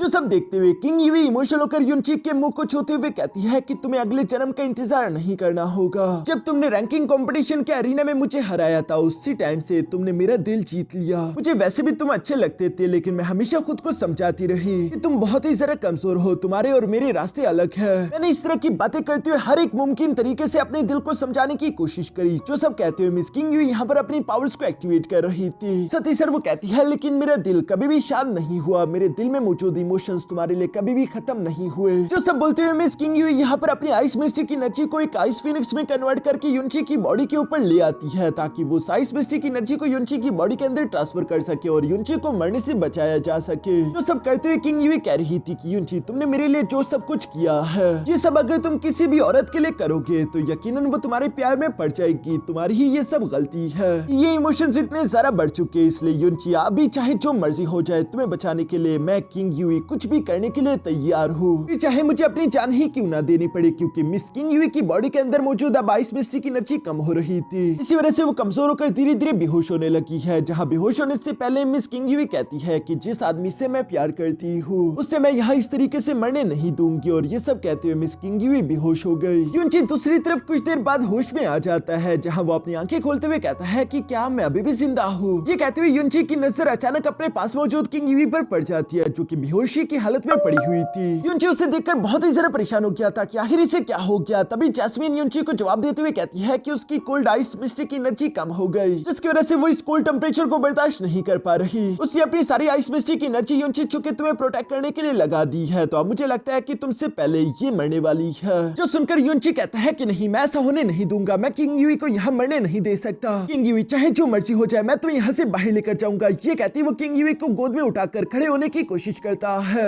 लेकिन युनची के पैर ठंड की वजह से सुन्न हो चुके थे, वो काम नहीं कर पा रहे। युनची जब भी खड़े होने की कोशिश करता वो दोबारा से जमीन पर आ गिरता। इसलिए युनची गुस्सा होते हुए जमीन पर अपना मुक्का मारते हुए कहता है कि चलो भी युनची खड़े हो जाओ। युनची यहाँ पर ये सब कहते हुए अभी इमोशनल हो ही रहा था। अचानक उसकी बॉडी के अंदर मौजूद डेविल गॉड के मिस्टिक वेन्स एक्टिवेट हो जाते हैं। इस वजह से हम देखते हैं कि इस टियांची बीस्ट की बॉडी के अंदर मौजूद कुछ लिक्विड तेजी के साथ फ्लो करते हुए यहाँ युनची के सामने आ रहा था, जिसे देखकर तो युनची भी सरप्राइज हो गया। वो यहाँ जैस्मिन से सवाल करते हुए कहता है कि जैस्मिन, क्या रेल्म ऑफ टियांची के अंदर बुद्धि एम्परर लोटस हार्ट ट्रेजर से भी कोई ज्यादा कीमती ट्रेजर मौजूद है? जिस पर जैस्मिन कहती है कि युनची तुम मरने वाले हो और अभी भी तुम इसी तरह की बातें सोच रहे हो, तुम्हें आप ट्रेजर्स की क्या परवाह? जिस पर युनची जवाब देते हुए कहता है कि नहीं, ऐसी बात नहीं, असल में मेरे मिस्टिक वेन बहुत ही अजीब तरीके से रिएक्ट कर रहे हैं। युनची बताता है कि ये बिल्कुल वैसे ही है जैसे कि ड्रैगन केव में मेरे मिस्टिक वेन्स ने रिएक्ट किया था, तब मुझे वहाँ पर फायर सीड मिला था। जो सुनकर तो जैस्मिन भी शॉक हो गई थी और हम देखते हैं कि वो सारा के सारा लिक्विड फ्लो करते हुए युनची के सामने आकर एक पिल में कन्वर्ट हो जाता है, जिसे देखकर जैस्मिन भी कहती है कि अच्छा, अब मैं समझी कि ये टियांची बीस्ट स्काई प्रोफाउंड रेल्म पर कैसे पहुंच गया था, क्योंकि इस टियांची बीस्ट ने इसको डिवॉर्व कर लिया था। यहाँ पर युनची उस पिल को देखते हुए हैरान होकर कहता है कि आखिर ये क्या है? जैस्मिन जवाब देते हुए कहती है कि ये तुम्हारे डेविल गॉड का वाटर सीड है। जैसे फायर सीड को एब्सॉर्ब करने की वजह से युनची के मिस्टिक वेन ताकतवर हो चुके थे और वो फ्लेम की पावर का इस्तेमाल कर सकता था। तो इस डेविल गॉड की वाटर सीड को एब्सॉर्ब करने की वजह से युनची की बॉडी के अंदर वाटर एलिमेंट की पावर भी आ जाएगी। इवन कि जैस्मिन युनची को बताती है कि ये वाटर सीड बहुत ही ज्यादा पावरफुल है, अगर युनची तुमने इसे डिवॉर्व कर लिया तो इसकी वजह से सिर्फ तुम्हें वाटर एलिमेंट की पावर नहीं मिलेगी, बल्कि साथ ही साथ यहाँ पर मौजूद ये सारी कोल्ड एनर्जी ये तुम्हें जरा सी भी तकलीफ नहीं पहुंचा सकती, इसलिए फौरन इसे खा जाओ। ये सुनकर युनची सवाल करते हुए कहता है कि किंग यूई का क्या होगा? जैस्मिन जवाब देते हुए कहती है कि युनची, अगर तुम ताकतवर हो गए तभी तुम दोनों यहाँ से निकल सकते हो। जो सुनकर युनची फौरन से उस वाटर सीड को निकल जाता है और इसकी वजह से हम देखते हैं कि युनची के मिस्टिक वेन कन्वर्ट होना शुरू हो गए थे। युनची के मिस्टिक वेन एनर्जी यहाँ पर ब्लू कलर की हो चुकी थी, साथ ही साथ आसपास से कोल्ड एनर्जी तेजी से युनची की बॉडी के अंदर इंटर कर रही है। साथ ही साथ हम देखते हैं कि युनची की बॉडी के अंदर एक छोटा सा सोल फ्रेगमेंट भी इंटर कर गया। इतनी सारी एनर्जी एक साथ चुकी युनची की बॉडी के अंदर इंटर कर रही थी, इसलिए युनची को भी बहुत ही ज्यादा तकलीफ हो रही है। साथ ही सर हम देखते हैं कि यहाँ पर युंची का लेवल भी ब्रेक थ्रू हो जाता है। वो ट्रू प्रोफाउंड स्टेज के लेवल 10 से ब्रेक थ्रू करके स्पिरिट प्रोफाउंड स्टेज के लेवल 1 में इंटर कर जाता है। और जैसे ही यहाँ पर युंची का लेवल ब्रेक थ्रू हुआ तभी अचानक उसे एक आदमी की आवाज सुनाई दी जो कि कह रहा था कि मेरी पावर्स को इनहेरिट करने वाले आखिरकार तुम यहाँ पर आ गए। जो कहती है युंची के सामने एक बहुत ही तेज रोशनी चमकती है। युंची उस रोशनी को देखते हुए कहता है कि कहीं तुम डेविल गॉड तो नहीं, जिस पर वो हमें जवाब देता है। साथ ही सर वो युंची से कहता है कि अभी जो तुमने वाटर सीड एब्सॉर्ब किया उसके अंदर मेरे सोल फ्रेगमेंट का एक छोटा सा टुकड़ा था। मैं बहुत लंबे अरसे से अपनी इनहेरिटर का इंतजार कर रहा था और आखिरकार तुम यहाँ पर आ गए। युंची उसे सवाल करते हुए पूछता है कि इसका मतलब कि सीक्रेट रेल्म ऑफ यांची तुमने बनाया है, जिस पर डेविल गॉड जवाब देते हुए कहता है कि हाँ तुम बिल्कुल सही समझे और अब चूंकि तुम्हें वाटर सीड मिल चुका है तो ये सोल फ्रेगमेंट धीरे धीरे करके यहाँ से गायब हो जाएगा। मैं बस सिर्फ एक बार अपने इनहेरिटर की मेमोरी देखना चाहता था, इसलिए तुम शांत हो जाओ और मुझे तुम्हारी मेमोरीज देखने दो ताकि मैं देख सकूं कि क्या तुम वाकई में मेरी लेगेसी के काबिल भी हो। जहाँ डेविल गॉड ने युंची की मेमोरीज देखना शुरू कर दी थी और वो उसकी सारी मेमोरीज देखते हुए कहता है कि तुम एक ऑर्डिनरी इंसान दिखते जरूर हो लेकिन तुम्हारी किस्मत बहुत ही ज्यादा महान है, तुम्हारा फ्यूचर बहुत ही बड़ा होगा। ये सुनकर युंची जवाब देते हुए कहता है कि मेरे फ्यूचर में क्या है मुझे इस बात से कोई फर्क नहीं पड़ता, मुझे इस वक्त सिर्फ मेरे दोस्त की फिक्र है जिसकी जान खतरे में है, मुझे उसको बचाना है, प्लीज मेरी मदद करो। जिस पर डेविल गॉड युंची से कहता है कि तुम्हें मेरी इनहेरिटेंस पावर मिली, साथ ही साथ तुम्हें अब मेरा मिशन भी इनहेरिट करना होगा, यही तुम्हारी किस्मत है। साथ ही साथ मैं तुम्हारी मदद करने के लिए अपनी आखिरी बची कुछ पावर का इस्तेमाल करते हुए तुम्हें यहाँ से एक स्पेशल स्पेस में बेचने वाला हूँ। लेकिन याद रखना जिस दुनिया में मैं तुम्हें बेचने वाला हूँ वहाँ पर सिर्फ तुम्हारे पास 48 घंटे होंगे, उसके बाद तुम टेलीपोर्ट करके वापस से अपनी इस छोटी दुनिया में आ जाओगे। जो कहती है डेविल गॉड के सोल फ्रेगमेंट ने अपनी आखिरी बची कुछ पावर का इस्तेमाल करते हुए युंची और मिस किंग युई को टेलीपोर्ट करके एक दूसरी दुनिया में बेच दिया था। जिस जगह पर आते हुए हमें एक बहुत बड़ा कॉन्टिनेंट देखने को मिलता है, इसे कांगयुन कॉन्टिनेंट कहा जाता है। यहाँ पर युंची के सामने वो कोल्ड एनर्जी तो नहीं थी, मगर तभी अचानक युंची को एक बच्ची की आवाज सुनाई देती है जो कि कह रही थी कि मेरी मदद करो क्योंकि कुछ लोग उसके पीछे पड़े हुए थे। युंची ने भी उसकी आवाज सुन ली थी। दूसरी तरफ वो बच्ची भागते भागते अचानक से ठुडा खाकर नीचे की तरफ गिर गई थी और वो तीनों उसे पकड़ लेते हैं। दोस्तों ये बच्ची बहुत ही जरा खास है, जो कौन है ये जल्दी आप लोगों को मालूम हो जाएगा। ये बच्ची उन 3 बुरे आदमियों से कह रही थी कि मुझे जाने दो वरना मेरे फादर यहाँ पर आ जाएंगे और वो तुम तीनों को नहीं छोड़ेंगे। जिस पर उन तीनों का लीडर जवाब देते हुए कहता है कि बच्ची हम भी तो यही चाहते हैं कि तुम्हारा फादर यहाँ पर आ जाए ताकि वो जब यहाँ पर आए तब हम उसे भी जान से मार डाले। अभी वो ये कह ही रहा था कि तभी अचानक उसे किसी ने छाती पर एक जोरदार पंच कर दिया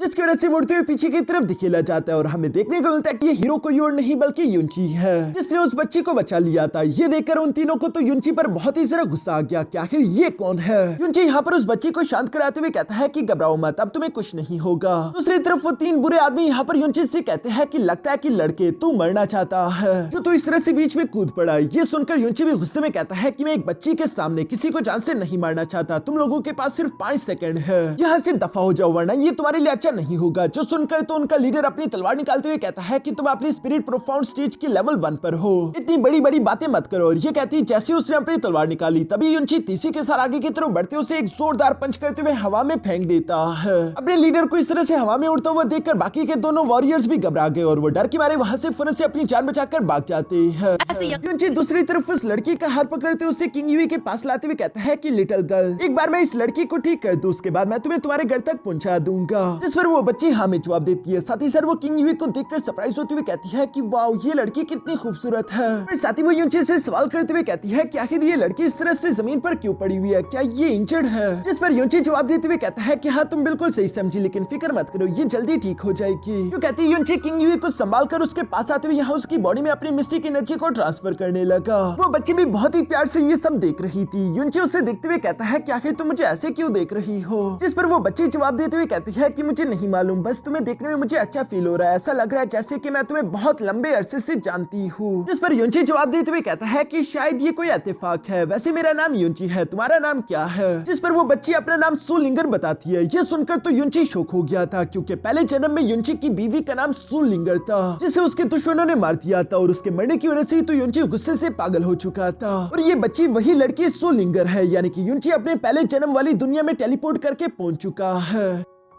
युनची यहाँ धीरे धीरे उस बच्ची के पास आते हुए कहता है कि क्या वाकई में तुम सोलिंगर हो, जिस पर वो बच्ची जवाब देते हुए कहती है कि हाँ युनची, लेकिन आखिर तुम्हें क्या हुआ। जिस पर युनची इमोशनल होकर उस बच्ची को देखते हुए अपनी बीवी को याद कर रहा था। जिसे याद करते हुए फरज से उस बच्ची के पास आते हुए कहता है कि सोलिंगर मुझे ये बताओ कि आखिर ये कौन सी जगह है। जिस पर वो बच्ची क्यूट तरीके से जवाब देते हुए कहती है कि ये है कांगयुन कॉन्टिनेंट, वो वहाँ पर देख पा रहे हो वो है माउंट टाइसू जो मेरा घर है। जिस पर तो युनची का सारा शक दूर हो गया था। वो बच्ची युनची से सवाल करते हुए कहती है कि क्यों युनची, क्या तुम कांगयुन कॉन्टिनेंट नहीं हो। ये सुनकर युनची की मेमोरीज ताजा हो गई, जहाँ युनची पर इल्जाम लगा दिया गया था कि उसने लाखों को पॉइजन दिया है और इसी सजा में एक कमीना आदमी अपने साथियों को भिजवाकर युनची की वाइफ को जान से मरवा देता है ताकि वो युनची को तकलीफ दे सके। और युनची वाकई में सोलिंगर की मौत से पूरी तरीके से टूट चुका था। इवन की आखिरी दम तक भी मरते मरते सोलिंगर यहाँ पर युनची को देखते हुए कहती है कि युनची मेरे लिए बदला मत लेना, मैं चाहती हूँ कि तुम मेरी बात बदले की आग में जलते ना रहो, बल्कि तुम शांति के साथ अपनी जिंदगी गुजारो। ये सारी यादें याद करके तब तो युनची टूट चुका था, लेकिन आज के दिन सोलिंगर को अपने सामने जिंदा देखकर युनची काफी जरा खुश है, जहाँ वो उससे कहता है कि बच्ची क्या तुम मुझे अपना हाथ दिखा सकती हो। जिस पर वो बच्ची अपना हाथ दिखा देती है और उसके हाथ पर यहाँ फेरेट के काटने का निशान था। ये देखकर तो युनची की आंखें पटी की पटी रह जाती है। जस्मीन भी सोल्सी के अंदर हैरान होते हुए कह रही थी कि आखिर ये युनची को हो क्या रहा है, उसकी सोल एनर्जी इतनी ज्यादा तेजी के साथ फ्लक्चुएट क्यों कर रही है। दूसरी तरफ वो बच्ची युनची को बता रही थी कि जब मैं 7 साल की थी तब एक क्यूट से फेरेट ने मुझे काट लिया था, वैसे ये उसकी गलती नहीं थी, मैंने ही उसे गलती से चोट पहुंचा दिया था। यहाँ वो बच्ची ये सब कह रही थी। दूसरी तरफ युनची तो उसमें अपनी प्यारी बीवी सोलिंगर की झलक देख रहा था। सोलिंगर कह रही थी कि वैसे मैंने उस फेरेट को बाद में पाल लिया, अब उसका नाम लिंग लिंग है और हम दोनों काफी अच्छे दोस्त हैं। सोलिंगर तो ये क्यूट सी कहानी सुना रही थी, जबकि दूसरी तरफ हम देखते हैं कि युनची की आंखें आंसुओं से भर आई थी और वो यहाँ पर रोने लगा था। यहाँ वो रोते रोते कहता है कि ये वाकई में मेरी ही सोलिंगर है। सोलिंगर यहाँ पर युनची को इस तरह से रोता हुआ देखकर हैरान होते हुए कहती है कि युनची आखिर तुम रो क्यों रहे हो। ये कहती हुए उसके आंसू पूछती है। दूसरी तरफ युनची इमोशनल होकर फौरन से सोलिंगर को गले लगाते हुए कहता है कि तुम वाकई में मेरी ही सोलिंगर हो, ये कोई इल्यूजन नहीं है, तुम सोलिंगर ही हो, मैं बहुत ही ज्यादा खुश हूँ। युनची ने उस बच्चे को प्यार से कुछ ज्यादा ही कस के गले लगा लिया था, जिस पर वो बच्ची कहती है कि युनची मुझे तकलीफ हो रही है।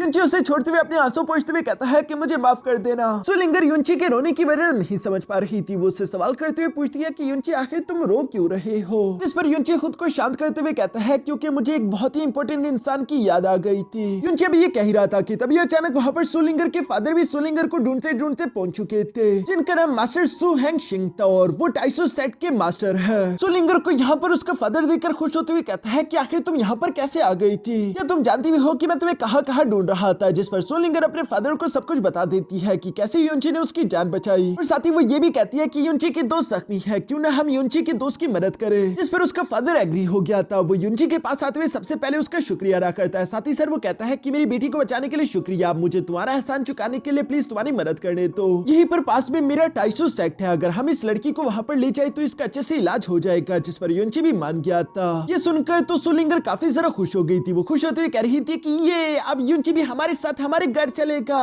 इसके बाद नेक्स्ट सीन में हम देखते हैं जहाँ ये लोग टाइसो सेट आ चुके थे। सोलिंगर खुश होते हुए कह रही थी कि देखो हमारा सेट है ना बड़ा कमाल का। जिस पर युनची मुस्कुराकर जवाब देते हुए कहता है कि हाँ ये टाइसो सेट है तो काफी जरा बड़ा, ये कोई मामूली सेट तो नहीं लगता। जिस पर मास्टर सु हैंगशेंग जवाब देते हुए कहते हैं कि तुम तो बिला वजह हमारी तारीफ कर रहे हो। यहाँ पर ये लोग जब इसी तरह की बातें कर रहे थे तभी अचानक हम देखते हैं कि वहाँ पर सोलिंगर का भाई सु हाउरन भी आ जाता है, जो कि एक नंबर का निकम्मा था। वो अपनी बहन को बचाने के लिए नहीं गया, वो अपने फादर से कह रहा था कि मैं बस आने ही वाला था, चलो अच्छा हुआ कि आप खुद ही सोलिंगर को ढूंढकर वापस ले आए। ये सब कहते हुए हाउरन की नजर अचानक से यहाँ युनची की बीवी मिस किंगवी पर पड़ जाती है, जो कि इतनी खूबसूरत थी कि हाउरन भी ललचाने लगा। यहाँ युनची मास्टर सु से कहता है कि मास्टर सु हमें एक अकेले कमरा चाहिए। जिस पर मास्टर सु हाउरन से कहता है कि जाकर किंगलोंग पेविलियन में मिस्टर युनची और उसकी वाइफ को सेटल होने में उनकी मदद करो। मास्टर सु हैंगशेंग का ऑर्डर सुनकर हाउरन बिल्कुल ऐसे ही करता है। वो यहाँ पर इन दोनों को किंगलोंग पेविलियन में ले आया था, जहाँ युनची मिस किंगयुन को बेड पर लेटा देता है। हाउरन तो यहाँ पर मन में कह रहा था कि ये लड़का कितना लकी है जो इसे इतनी खूबसूरत लड़की मिल गई। वो किसी तरीके से मिस किंगयुन को टच करना चाहता था, इसलिए वो यहाँ पर कहता है कि तुम्हारी बीवी कोमा में है, मेरे पास थोड़ी बहुत मेडिकल स्किल है, क्यों ना मैं इसकी इंजरीज चेक कर लूं। और ये कहती है वो यहाँ मिस किंगयुन को अभी टच करने वाला था, लेकिन युनची उसका हाथ पकड़ते उसे पीछे की तरफ धकेल कर कहता है कि मेरी बीवी की इंजरी से तुम्हारा कोई लेना देना नहीं, अगर तुम्हारा काम हो चुका हो तो यहाँ से तुम जा सकते हो। जिस पर हाउरन भला क्या ही जवाब दे सकता था, इसलिए वो कहता है कि ठीक है जैसा तुम कहो। और ये कहती हाउरन वहाँ से चला गया। जस्मीन बाहर की तरफ आते हुए कहती है कि ये कितना बड़ा कमीना था, इसके इरादे तो कोई भी समझ सकता था। मुझे तो इतना गुस्सा आ रहा था, पता नहीं कैसे मैं खुद को रोक पाई इसे पीटने फेकने से, जिस पर युनची जवाब देते हुए कहता है कि उसे भूल जाओ, अगर ये सोलिंगर का भाई ना होता तो अब तक तो मैं खुद इससे पीट चुका होता। साथ ही युनची जैस्मिन से कहता है कि वैसे ये रिकवरी जल्दी कर ले, हमारे पास कोई रास्ता है, जिस पर जैस्मिन हाँ में जवाब देते हुए कहती है कि वो है बुद्धि एम्परर लोटस हार्ट ट्रेजर। ये सुनकर तो युनची ने बुद्धि एम्परर लोटस हार्ट ट्रेजर को बाहर निकाल लिया था। जैस्मिन युनची को बता रही थी कि तुम नहीं जानते कि ये बुद्धि एम्परर लोटस हार्ट ट्रेजर कितना सारा कीमती है, इसकी पोटेंसी इतनी ज्यादा है कि अगर तुमने ये किंग यून को दिया तो उसकी मिस्टिकल पावर सिर्फ तीसी के साथ सर्च नहीं करेगी बल्कि उसके लेवल्स भी ब्रेक थ्रू हो सकते हैं। मुझे लगता है कि इसकी मदद से वो तीसी के साथ स्काई प्रोफाउंड स्टेज तक भी पहुंच सकती है। यह जैस्मिन बस सिर्फ बता रही थी, उसे नहीं लगता था कि युनची इतना कीमती ट्रेजर किंग यूई को देगा। लेकिन दूसरी तरफ युनची बिना जरा सोचे फिर से वो बुद्धि एम्परर लोटस हार्ट ट्रेजर यहाँ किंग यूई की बॉडी के अंदर डाल देता है, जिसने तो जैस्मिन को भी शॉक कर दिया था। दूसरी तरफ हम देखते हैं कि इस बुद्धि एम्परर लोटस हार्ट ट्रेजर की वजह से किंग यूई की मिस्टिक एनर्जी तीसी के साथ इंक्रीज होने लगी। वो इंस्टेंटली होश में आ जाती है, जहाँ पर युनची उससे कह रहा था कि फिक्र मत करो, तुम बिल्कुल सेफ हो। किंग यूई युनची की तरफ देखते हुए कहती है कि तुमने मुझे बुद्धि एम्परर लोटस हार्ट दे दिया, जिस पर युनची जवाब देते हुए कहता है कि तुम्हारे सामने ये ट्रेजर मेरे लिए कुछ भी नहीं, अब तुम ज्यादा बातें मत करो और आराम करो ताकि तुम जल्दी से रिकवर कर सको। यहाँ इसी के साथ हम देखते हैं कि काफी तेजी से मिस किंग यूई की बॉडी के अंदर एनर्जी इंटर करने लगी थी। जैस्मिन तो निराश होते हुए कह रही थी कि इस तरह के ट्रेजर को बनने में 1000 साल लगते हैं, ब्लू विंड एम्पायर में तुम्हें इस तरह का ट्रेजर दोबारा कभी भी नहीं मिलेगा। युनची जैस्मिन को जवाब देते हुए कहता है कि मेरी कल्टिवेशन यहाँ मिस किंग यूई की रिकवरी से ज्यादा इंपॉर्टेंट नहीं है। तो जैस्मिन तो मुंह बनाकर खड़ी थी, उसे लग रहा था कि युनची ने सही फैसला नहीं किया। युनची दूसरी तरफ जैस्मिन से कहता है कि अगर किंग यूई की जगह यहाँ पर तुम होती तो तुम्हारे लिए भी मैं बिल्कुल ऐसे ही करता, जिसने तो जैस्मिन का दिल पिघाल दिया था। युनची कहता है कि कुछ लोगों की जिंदगी कई ट्रेजरों से ज्यादा कीमती होती है। दूसरी तरफ हम देखते हैं कि मिस किंग यूई की बॉडी के आसपास यहाँ एनर्जी लोटस का एक ककून बन चुका था, जिससे उसकी रिकवरी हो रही है। दूसरी तरफ बाहर हम देखते हैं कि टाइसो सेट में हंगामा मचा हुआ था, क्योंकि मास्टर सु हेंगशेंग के सामने सु हेंगयू था, जो कि अपने बेटे सु हाओयू के साथ यहाँ पर आया हुआ है और उसने ब्लैकवुड कैसल के साथ हाथ मिला लिया था, जो कि वैसे तो टाइसो सेट के दुश्मन थे, सिर्फ इसीलिए ताकि वो सु हेंगशेंग के खिलाफ बगावत करके अपने एंसेस्ट्रल ट्रेजर को हासिल कर ले और टाइसो सेट का लीडर बन जाए। इस पर मास्टर हेंगशेंग हेंगयू से कह रहा था कि क्या तुम्हें शर्म नहीं आई, ब्लैकवुड कैसल के साथ हाथ मिलाने से पहले तुमने हमारे एंसेस्टर्स को शर्मिंदा कर दिया। जिस पर सु हेंगयू जवाब देते हुए कहता है कि एंसेस्टर को शर्मिंदा नहीं बल्कि मैंने किया है। वैसे भी हमारे एंसेस्टर ने साफ साफ कहा था कि जैसे हमारे सेट में कोई टैलेंटेड बंदा आ जाए तो उसे एंसेस्ट्रल ट्रेजर दे दिया जाए। और सु हाओयू बहुत ही ज्यादा टैलेंटेड है, वो अभी 20 साल का हो गया, सिर्फ 20 साल की उम्र में ही वो स्पिरिट प्रोफाउंड की लेवल 8 पर पहुंच चुका है। इतने सालों से तुमने जिद पकड़ी हुई है, अगर तुम जिद ना करते और पहले ही यहाँ सु हाओयू को एंसेस्ट्रल ट्रेजर दे देते तो अब तक तो सु हाओयू स्काई प्रोफाउंड स्टेज तक पहुंच चुका होता और हमारा सेट नंबर 1 सेट बन जाता। जो सब सुनकर सु हेंगशेंग जवाब देते हुए कहता है कि हाँ ये तुमने सही कहा कि हाओयू वाकई में टैलेंटेड है, लेकिन वो इतना भी ज्यादा टैलेंटेड नहीं जितना कि हमारे एंसेस्टर्स ने बताया था। जिस तरह की टैलेंटेड इंसान को उन्होंने कहा था कि उनका एंसेस्ट्रल ट्रेजर दिया जाए, मुझे लगता है कि अगर हाओयू को हमने एंसेस्ट्रल ट्रेजर दे दिया तो इससे हम अपने सेट की सबसे बिगेस्ट अपॉर्चुनिटी को मिस कर देंगे और हमारा एंसेस्ट्रल ट्रेजर जाया हो जाएगा, जो कि मैं होने नहीं दे सकता। यहाँ पर मास्टर सु हेंगशेंग जब ये सब कह रहे थे तभी दूसरी तरफ ब्लैकवुड कैसल का लीडर हेमू कहता है कि हेंगशेंग मैं तुम्हारे इरादों को समझ सकता हूँ, मुझे लगता है कि तुम वो एंसेस्ट्रल ट्रेजर अपने बायोलॉजिकल सन को देना चाहते हो।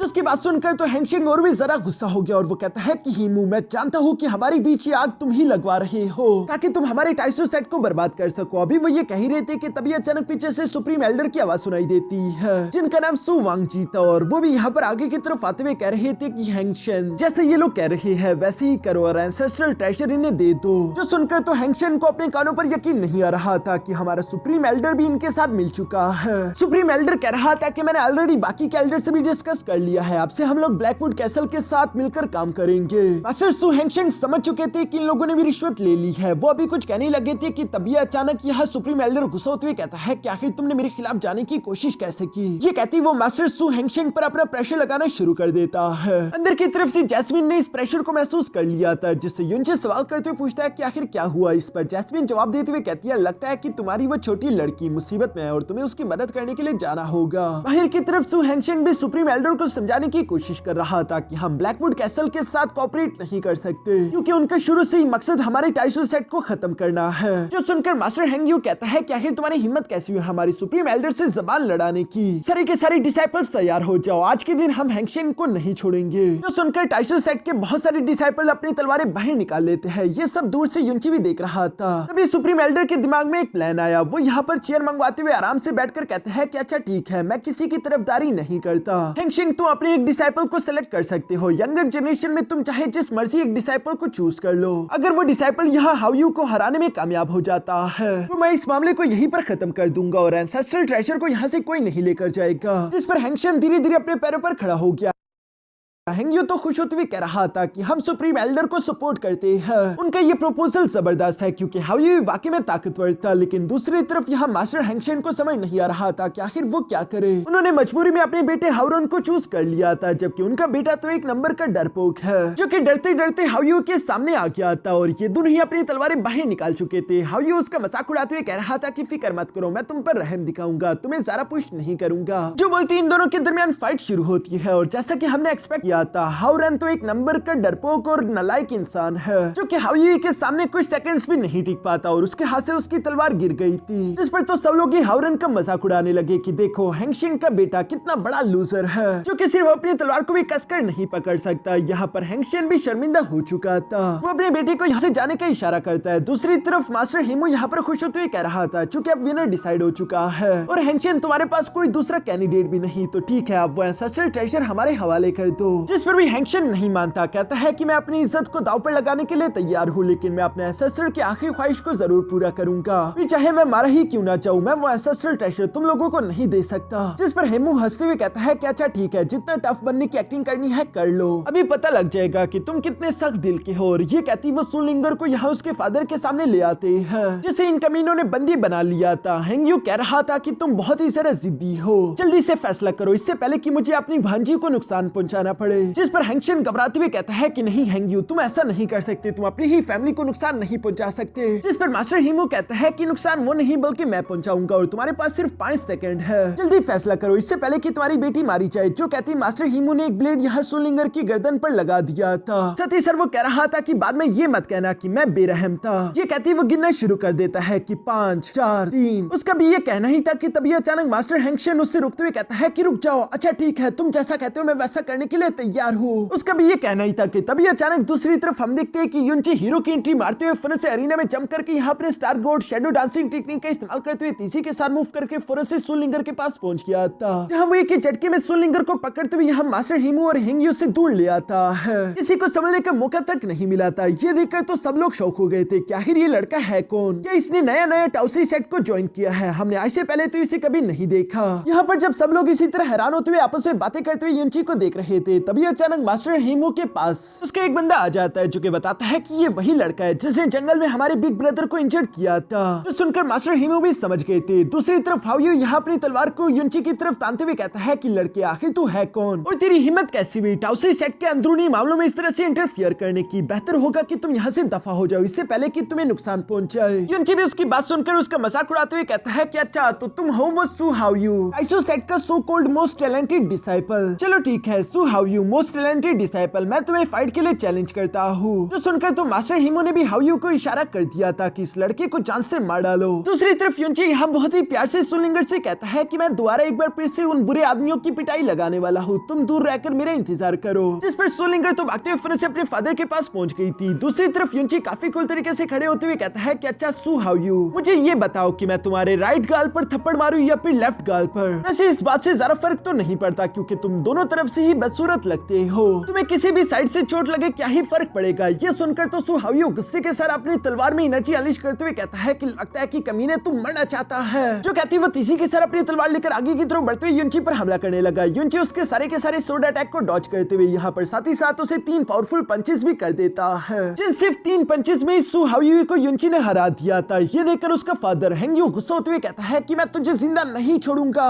जो बोलते वो खुद युनची को मारने के लिए फिर से अरीना में जंप कर चुका, जबकि वो अर्थ प्रोफाउंड स्टेज का कल्टिवेटर था। युनची को भी ये बात समझ आ गई थी, इसलिए वो भी अपनी लॉन्ग सोड को बाहर की तरफ निकाल लेता है, जिसके साथ ही इन दोनों के दरमियान जबरदस्त सोड फाइट शुरू हो जाती है, जहाँ फाइट में युनची मास्टर हेंग्यू पर भी भारी पड़ रहा था और वो उसे आसानी के साथ हराते हुए यहाँ उसके पेट में एक जोरदार पंच करते उसे उसके बेटे के पास पटक देता है। सुप्रीम एल्डर तक ये देख के शौक हो गया था। दूसरी तरफ सुलिंगर तो युनची को चीयर करने लगी कि वाह युनची तुम तो कमाल के हो। दूसरी तरफ युनची भी काफी कूल तरीके से अपनी तलवार को जमीन में गाड़ते हुए यहाँ उस पर टेक लगाकर कहता है तो क्या यही थे तुम्हारे जीनियस डिसाइपल? सुप्रीम एल्डर, जैसा कि तुमने कहा था कि अगर मास्टर हैंगशेन का वॉरियर जीत जाता है तो आप यहाँ से वापस चले जाओगे। आपने सबके सामने जुबान दी थी, तो अब आपके जाने का समय आ गया। जिस पर सुप्रीम एल्डर जवाब देते हुए कहता है कि हाँ, बेशक मैं अपनी बातों का पक्का हूँ, लेकिन शायद तुमने मेरी बात सही से सुनी नहीं। मैंने कहा था कि अगर टाइसो सेट का कोई डिसाइपल सु हाओयू को हरा दे, उसके बाद ही हैंगशेन की जीत होगी, लेकिन तुम तो टाइसो सेट से भी नहीं हो। ये सुनकर दूसरी तरफ युनची जोर जोर से हंसते हुए कहता है कि लगता है कि सुप्रीम एल्डर, आपको किसी ने बताया नहीं कि मास्टर सु हैंगशेन ने अपनी बेटी सु लिंगर का रिश्ता मुझे दे दिया है और अब मैं उनका दामाद हूँ, जिसकी वजह से मैं डायरेक्टली टाइसो सेट का मेंबर भी बन जाता हूँ। ये सुनकर तो सुप्रीम एल्डर शॉक होते हुए कहता है कि तुमने क्या कहा।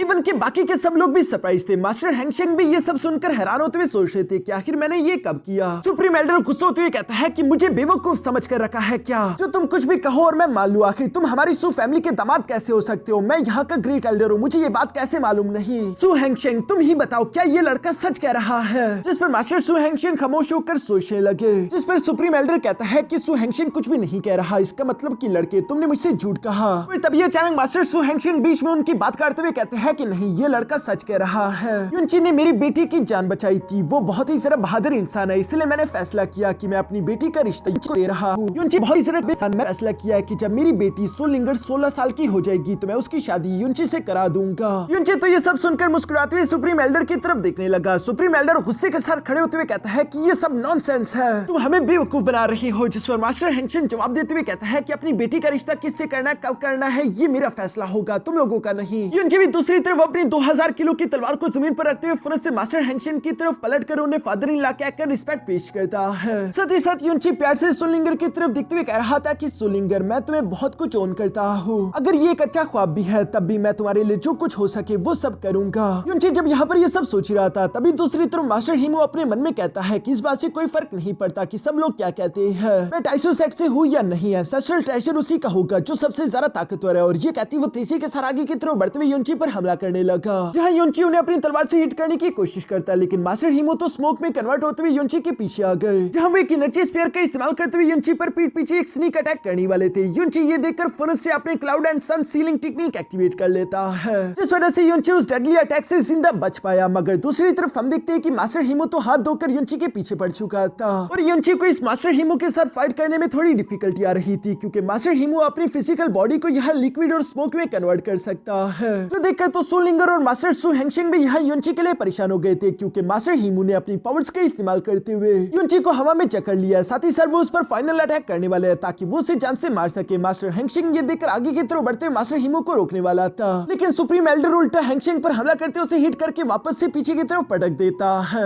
युनची हवा में मौजूद अपना पूरा जोर लगा रहा था खुद को आजाद कराने के लिए। दूसरी तरफ नीचे मौजूद मास्टर हिमो खुश होते हुए कह रहा था कि बस अब ये सब खत्म हुआ, अब से टाइसो सेट की हर एक चीज ब्लैकवुड कैसल की हुई। ये कहते वो अपनी इवल स्पाइक्स का इस्तेमाल करते हुए युनची पर फाइनल हमला करने वाला था, पर तभी अचानक हम देखते हैं कि साइड से एक आइस फेनिक्स आते हुए यहाँ उस अटैक से टकराकर उसे बीच में कैंसिल आउट कर देता है, जिसकी वजह से एक बहुत बड़ा ब्लास्ट हो गया था। सुप्रीम एल्डर ने अपनी बॉडी के सामने एक शील्ड बैरियर क्रिएट कर लिया था। दूसरी तरफ मास्टर हैंगशेन सु लिंगर को प्रोटेक्ट करता है, जबकि युनची भी आजाद होकर नीचे की तरफ आ जाता है। वो आसपास मौजूद इस स्नो को देखकर काफी जरा खुश हो गया था, क्योंकि वो जानते रहे कि ये अटैक किसने किया है, और उसका शक बिल्कुल सही था, क्योंकि जैसे वो पीछे की तरफ पलट कर देखता है मिस किंग यूई हवा में फ्लोट कर रही थी, जिसकी एनर्जी काफी जरा बढ़ चुकी थी। साथ ही साथ उसने अपना लेवल भी ब्रेक थ्रू कर लिया था। और यहाँ इसी जबरदस्त सीन के साथ हमारा ये एपिसोड यहीं पर खत्म हो जाता है। दोस्तों, अगर आप लोगों को ये लॉन्ग वीडियो अच्छी लगी तो इस वीडियो पर 30,000 लाइक्स और साथ ही साथ 2000 कमेंट्स का टारगेट कंप्लीट करा देना। उसके बाद ही मैं इसका नेक्स्ट एपिसोड आप लोगों के लिए जल्दी से अपलोड कर दूंगा।